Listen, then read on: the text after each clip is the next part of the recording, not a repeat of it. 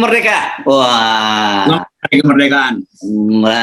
Ini kemerdekaan, terserah Anda mau menafsirkan apakah ini ulang tahun kemerdekaan ke-77 atau seperti Bung Rocky katanya yang kemerdekaan berhenti pada tahun 2022 karena undang-undangnya sudah ganti. Undang-undangnya sudah diamandemen. Jadi sekarang ya bangsa ini berkehendak untuk merdeka setiap hari itu. Ya. Merdeka dari oligarki, merdeka dari korupsi, merdeka dari CCTV, kira-kira begitu. Oke, dan tapi menarik. Dalam saya kira yang menjadi sorotan hari ini adalah peringatan hari ulang tahun kemerdekaan di pesantren Ngeruki. Anda pasti bisa cerita karena Anda juga pernah di Ngeruki. Dan kemarin saya lihat ini foto-fotonya sudah ada semacam gladi resik gitu, dan Abu Bakar Ba'asyir sempat muncul ketika ada gladi resiknya itu sudah menggunakan kursi roda gitu. Bung Rocky. Jadi menarik ini apa yang terjadi. Yes. Jadi yang sekarang kita ingin hitung adalah reaksi dari para buzzer, reaksi dari kekuasaan, reaksi dari BNPT, macam-macam itu.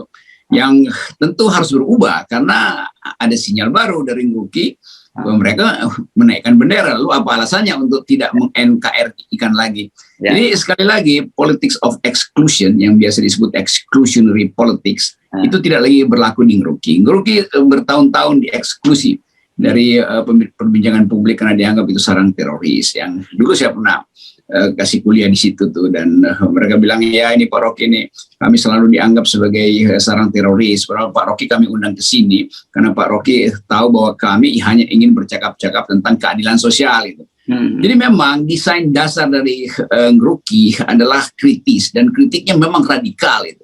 Bahkan dia bandingkan langsung justice versi demokrasi dengan justice versi Islam, justice versi Pancasila dengan justice versi jihad.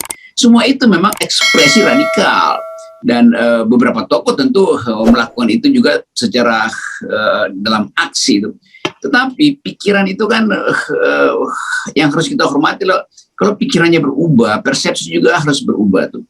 Jangan stigma ada terus-terus pada Ngeruki itu buruk bagi bangsa ini.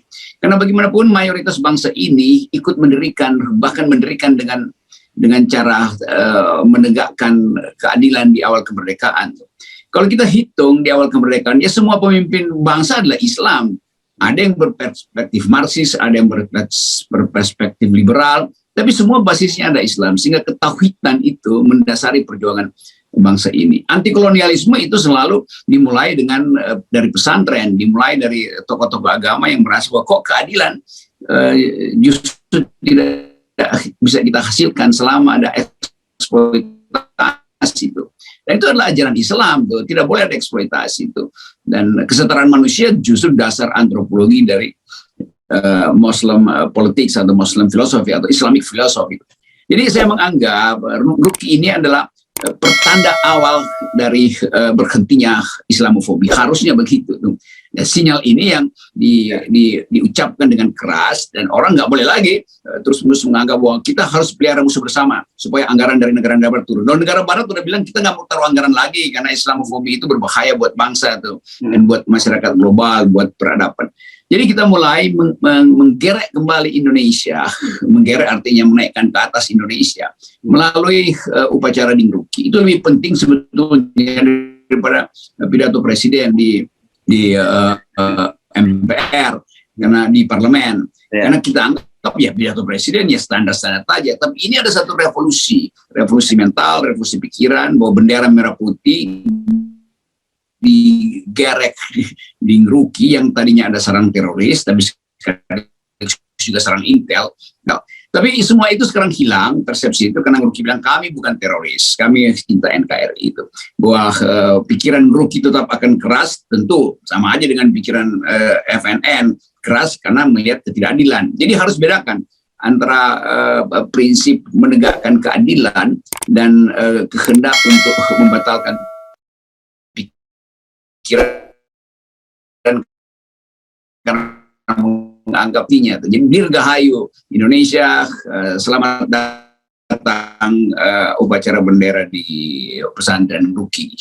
Ya, Dan ini saya kira memang harusnya seperti Anda katakan tadi ya, Islamophobia harusnya hilang karena sekarang ini simbolnya pemerintah hadir. Di situ Menteri Menko Muhajirin yang hadir sebagai inspektur upacara gitu. Dan saya kira memang kita tahu seperti Anda katakan tadi, sekarang ini banyak jadi proyek saja soal Islamophobia. Harusnya memang harus dihentikan soal itu.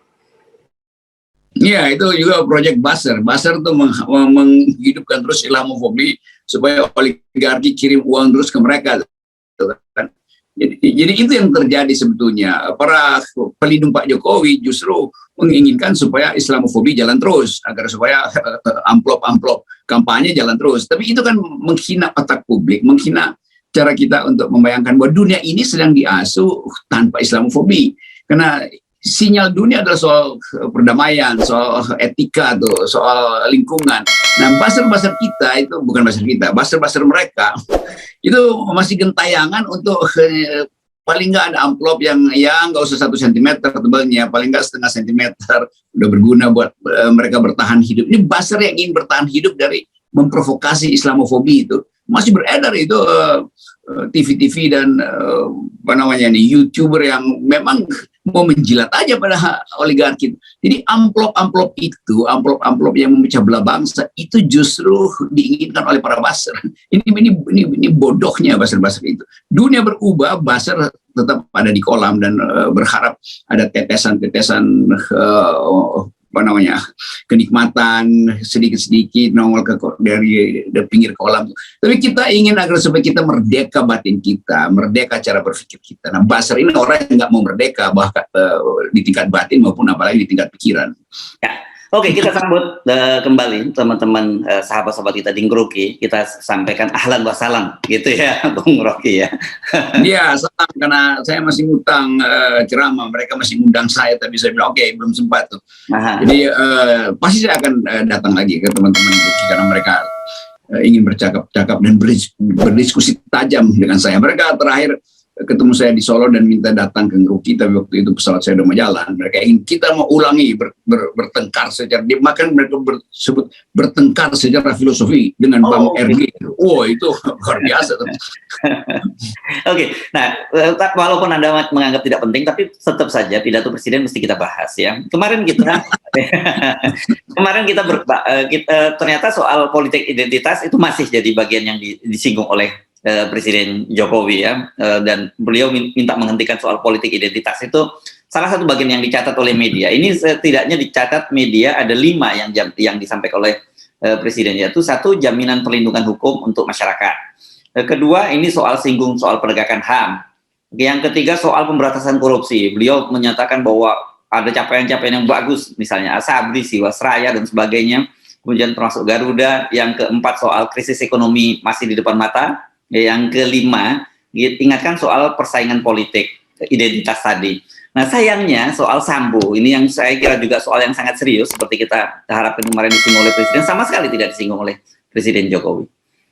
Ya bagus, Presiden Jokowi menyinggung soal Islamofobia, tapi ya, orang melihat kok Habib Rizik sepertinya nggak ada akses untuk bercakap-cakap dengan tokoh-tokoh politik, apalagi dengan presiden. Bagaimanapun Habib Rizik adalah orang yang juga mengidolakan NKRI sebagai sumber kehidupan bersama itu. Jadi tokoh-tokoh yang tadinya sebetulnya beroposisi pada Presiden Jokowi itu dasarnya adalah soal justice tuh, bukan soal sinisme atau rasisme tuh. Nah, itu juga yang mesti diingatkan tadi. Pak Jokowi bilang, oke, hentikan politik identitas. Iya, artinya buka pembicaraan 2 arah itu. Bukan sekedar hentikan, tapi buka pembicaraan 2 arah dengan tokoh-tokoh Islam terutama itu. Yang kedua soal korupsi. Betul, memang ada pengusaha yang politisinya nggak ditangkap gitu kan. Jadi kalau koruptornya politisi mana ada diproses tuh. Harun Masiku masih beredar kemana-mana, beberapa politisi yang juga namanya udah masuk ke KPK bakal masih bisa pendatang-pendatang di baliho menjadi calon presiden segala macam tuh. Kan itu intinya tuh kan. Jadi kekuasaan juga atau Pak Jokowi juga harus fair.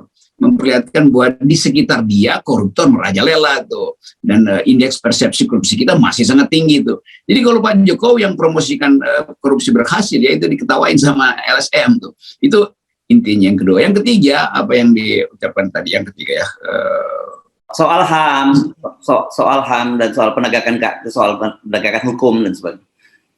Iya, soal hak asasi manusia, Papua masih jadi sorotan internasional, dan LSM masih punya banyak data tentang pengendalian yang berlebihan pada soal hak asasi manusia di Papua itu.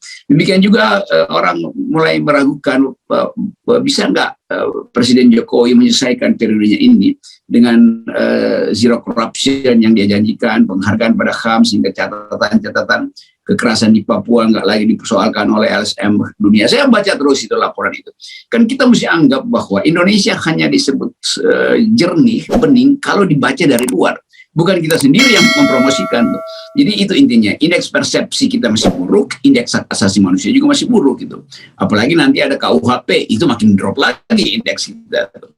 Jadi itu intinya. Nah, soal Sambo sebetulnya Pak Jokowi memang itu adalah peristiwa yang spesifik, tetapi itu menyangkut stabilitas berbangsa, karena keadaan di dalam institusi kepolisian itu betul-betul berantakan dengan jumlah yang terlibat di dalamnya. Itu sama seperti dulu kepolisian Hong Kong itu separuh dari aparatnya terlibat dalam korupsi, backing dan itu butuh tindakan kuat dari presiden. Jadi mesti ada drive yang kuat. Jadi kalau itu sekedar dianggap oke, itu soal kriminal Sambo, bukan, ini soal institusi yang memang porak-poranda karena dipermainkan oleh para tokoh politik.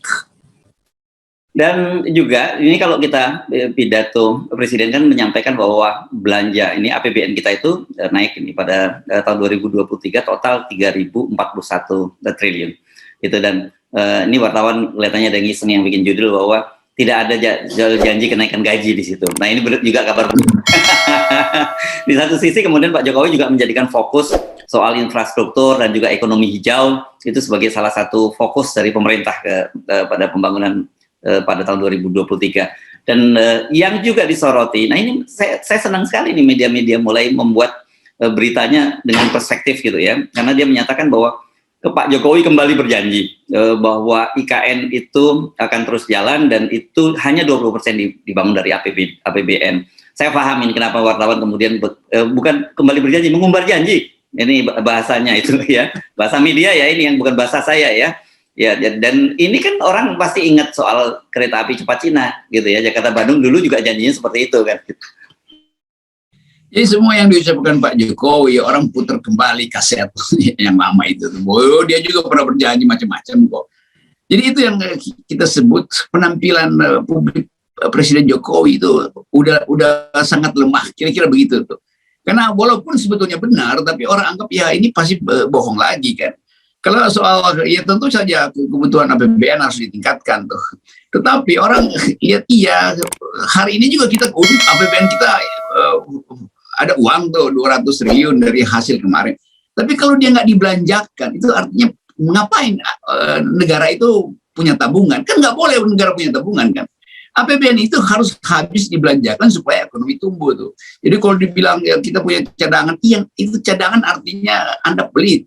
Padahal APBN itu adalah gunanya untuk menghidupkan ekonomi, untuk meneteskan kemakmuran. Kalau disimpan-simpan doang dan hanya direncanakan untuk dipakai main politik nanti, itu yang namanya negara yang tidak berperspektif kemakmuran. Jadi pada negara yang welfare state, seluruh APBN itu harus habis dijalankan untuk kemakmuran. Nah sekarang nanti ada sisa anggaran segala macam, itu artinya nggak ada proyek yang berhasil kan. Dan semua orang merasa oh APBN banyak berarti proyek-proyek di daerah akan tumbuh lagi itu.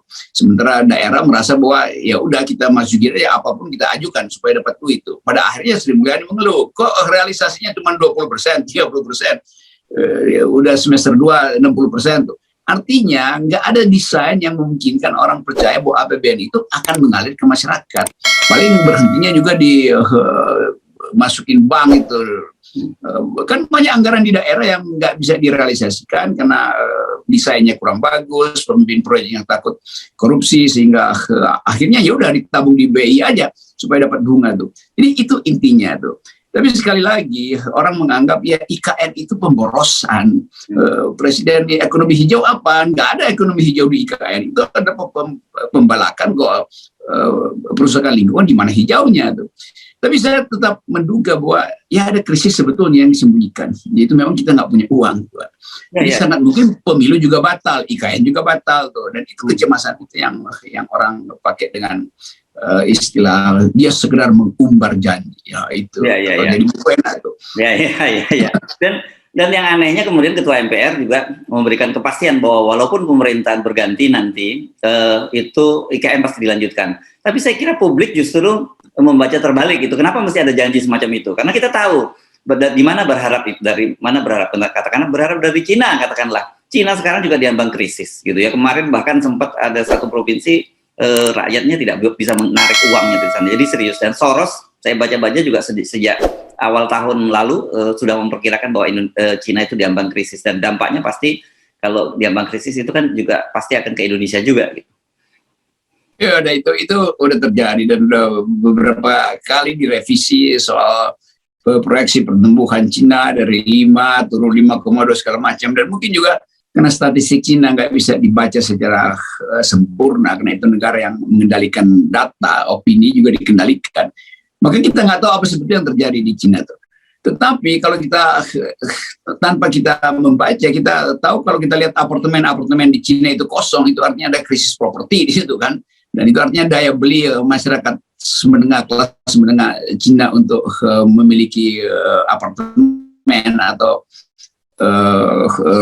perumahan rakyat menengah itu udah dari 5 tahun lalu mengalami krisis tuh.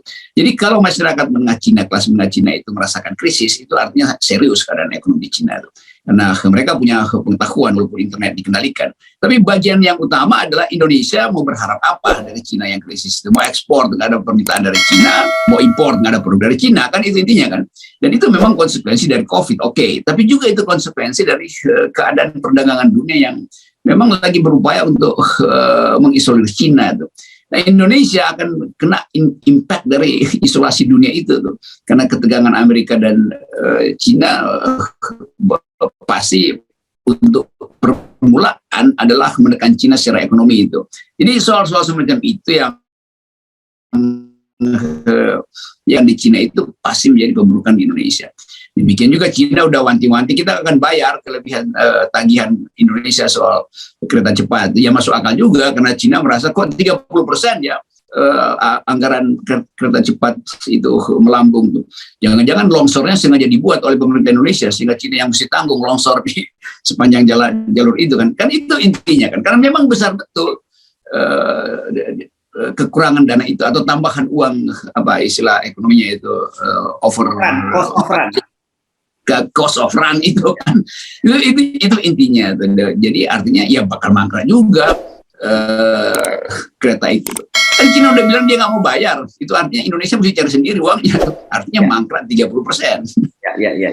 Ya, ini saya jadi kembali teringat dengan tulisan dulu yang dibuat oleh wartawan senior dari Selandia Baru, John Macbeth ya, yang menggambarkan Pak Jokowi sebagai smoke and mirror gitu, seperti seorang pesulap gitu ya. Smoke and mirror itu kan kaca dan asap yang mengalihkan perhatian kita. Jadi ketika beliau ngomong bahwa ngomong apa berarti kita mesti menafsirkan sebaliknya juga gitu kan.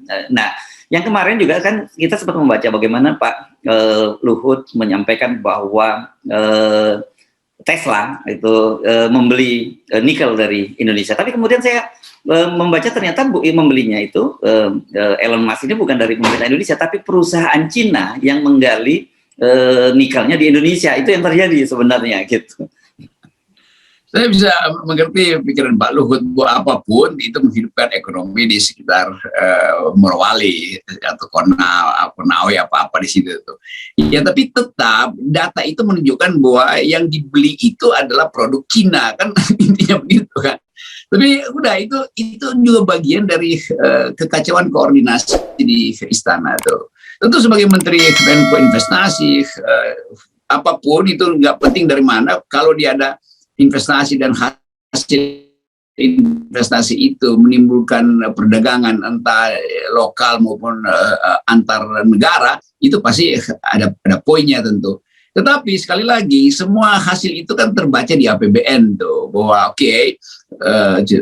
Tesla membeli dari Cina yang investasinya ada di Indonesia. Itu terbaca nanti di APBN. Yang masalah kita adalah yang terbaca di APBN tidak bisa terbaca di dompet mak-mak, kan itu intinya. Jadi tetap itu soal kita adalah di situ tuh. Kalau memang itu menguntungkan apapun, mau semua perusahaan di Indonesia jual nikel dan kita dapat pajaknya dan pajaknya itu masuk ke dompet mak-mak, ya oke, kita senang aja tuh. Tapi ini masalahnya tadi itu tinggal Rp20 dan mungkin ada mak-mak yang memang di dompetnya itu masih ada 5 cm tebalnya, tapi isinya 10 ribuan, jadi nggak ada gunanya juga. Just statistic is stupid gitu.